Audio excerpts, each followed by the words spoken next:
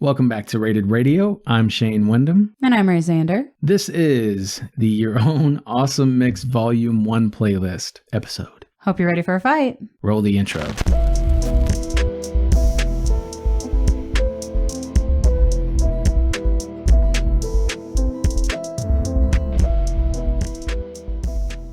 So I saw recently that someone was online live recommending that people try to help her make her own Awesome Mix Volume 1. Now, as I know someone, my co-host here across the table from me, is quite obsessed with the movies from which this idea comes from. Spoiling my fucking story. My bad. No, it's fine. Just keep going. It's fine. The only commentary I wanted to add to that is I didn't even look at the live because I thought there's no way in hell I give her a list topic that she's going to love this much that she lets anybody else put some shit on her playlist. I am here to make a public confession. My list was already compiled before I went live. I really wanted to talk about some of my favorite music and listen to my favorite music. I obviously took suggestions. A lot of the stuff suggested was already on my playlist because it's over 24 hours long so far and growing, because I am a mystery wrapped inside an enigma, and my melody is memorable, and guess what? It's fucking long too. So, yeah, I compiled this list based off of 2000s music and back. Volume 2 will be 2000s and forward. Is that your story time? Nope. All right, let's have story time, I suppose. So, my pick for Ray's Awesome Mix Volume 1 is Private Idaho by the B-52s. For those of you that are new here, I will freely admit my love and appreciation for Mr. James Gunn's vision of expanding on Marvel's cinematic universe with silly little nostalgic music-loving weirdos like me in mind. I'm talking about Guardians of the Galaxy. We're here to talk about Guardians of the Galaxy. Mm-hmm. Shane already alluded to that earlier. Here's just that, my Volume 1. And the song I chosen speaks more to both my newfound pastimes, Private Time, and dancing like no one's watching with a little bit of silliness thrown in for good measure. Creating my own Private Idaho allowed the time and freedom for me to fall back in love with myself and my own body. 70 pounds down, and I'm not going back. I encourage you all to create your own unique utopian worlds of your own imagination. Okay. Tell me your story, Shane. I can't yet. Oh, yeah, because we have a break. I'm sorry. I'm so winded. I should have known that we need to take a break right here. Yeah, let's take a break.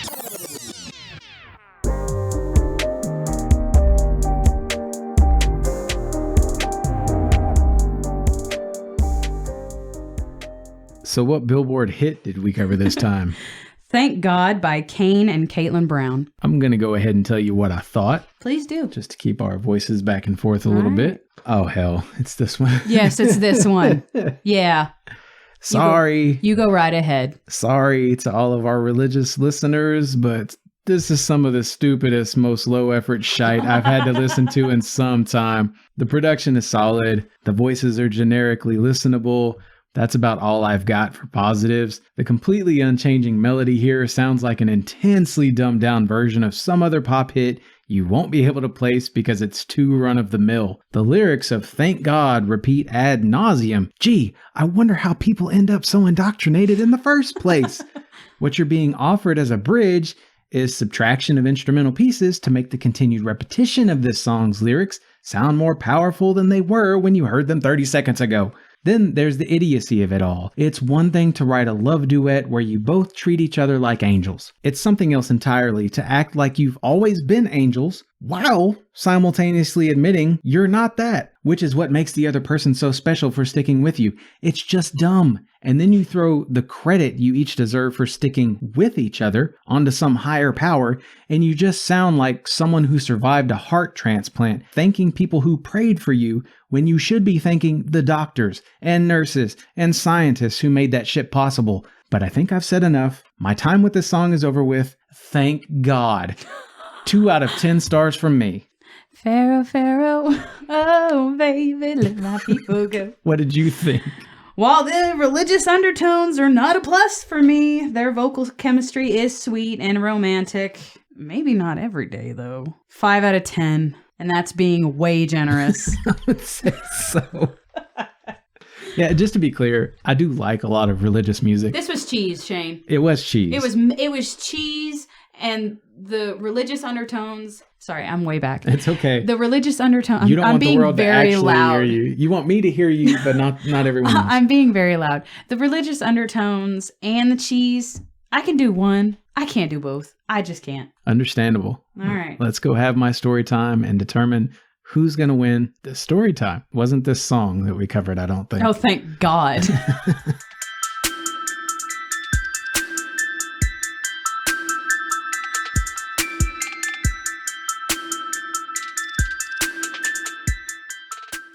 So, the Awesome Mix Volume 1 that I put together. What was that? That was my phone. Yeah, El Phono. It has not gone off. It's Duolingo telling me that I should do my streak. Oh no, I'm gonna lose my streak. I'm learning Spanish. I was going to say, you could tell I have no idea what you were talking I'm about. I learning thought you were about to get Spanish. naked and go running down the road. I was like, there's No. ice and snow out there. It's No. not a good idea. I'm trying to reignite my Spanish knowledge before moving on to a new language. Like I took Spanish in high school 2 years, so it's just waking everything back up. But Okay. I want to be able to like speak fluently. It'll help in both my personal and professional life. Anyway, Gotcha. to your story. I wanted to start out by telling you that my mix, I tried to keep with the actual mixes from the movies that got made. So I only allowed 20 songs on my playlist, and I couldn't use any of the ones from the movies that had been used. I didn't use any either. And I also never reuse songs from any of my playlists, so I had that additional constraint as well. Can you hear what I'm doing with my hand? You're jacking me off? Jacking yourself off? Good job, Shane. Okay, I'm proud of you Appreciate you. for your list. You'll appreciate this, Ray. Yay. I went with Guitar Man by Bread. Okay. On a recent cabin trip, which my co-host did not attend. I didn't. She could have, but she did not. She was unable. We listened to a lot of my Awesome Mix playlist. I wanted to test it out, and who better to do that with than my own mother and my co-host's parents. I'm counting the ensuing madness as proof that this music, alongside plenty of drinking, takes people on interplanetary trips. So how far out did these fuckers get? Well, on the first night, the mothers were out of nowhere convinced that the statue of some bears was actually some Inuit folks holding fish. Ray's dad and I laughed until we cried for upward of an hour trying to figure out what the hell these two goobers were seeing. I finally had to get my phone out and take a photo from their exact perspective.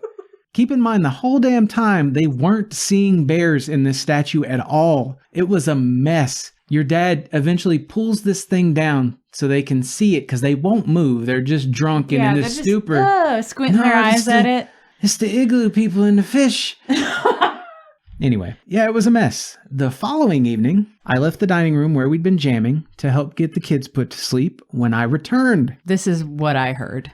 our mothers were both in actual heartfelt tears and shouting about how much they loved everyone and everything. The song was playing, of course. That's Guitar Man by Bread. Maybe not the most awesome time for them, but it was pretty interesting to witness. Luckily, I was a bit too lost in the sauce myself to remember all that much the next day, so you'll just have to trust me that it was awesome. And your life will be too when you listen to my Awesome Mix. I haven't had a drink in over a month, by the way, just pointing that out because I tend to make myself sound like an alcoholic on this show. Good for you, Shane. If that's what you want to do. I mean, I don't think you're an alcoholic, but if you think that that's going to be better for you, then yeah, hell yeah, kick ass. Where'd you go, man? Yeah, please like or subscribe if you're still listening. Remember, you can send us all kinds of feedback to rated_radio@yahoo.com. Let us know in the comments who won. It was totally me. It wasn't just me because of the story time. It was me because I called you out about your live. There's no way you were putting other people's recommendations on your shit. No way. I said give me suggestions. I did not say that it would make the list. I loved the suggestions, but like I said, a lot of the stuff that was suggested is already in my list or did not meet the 2000s and below requirement.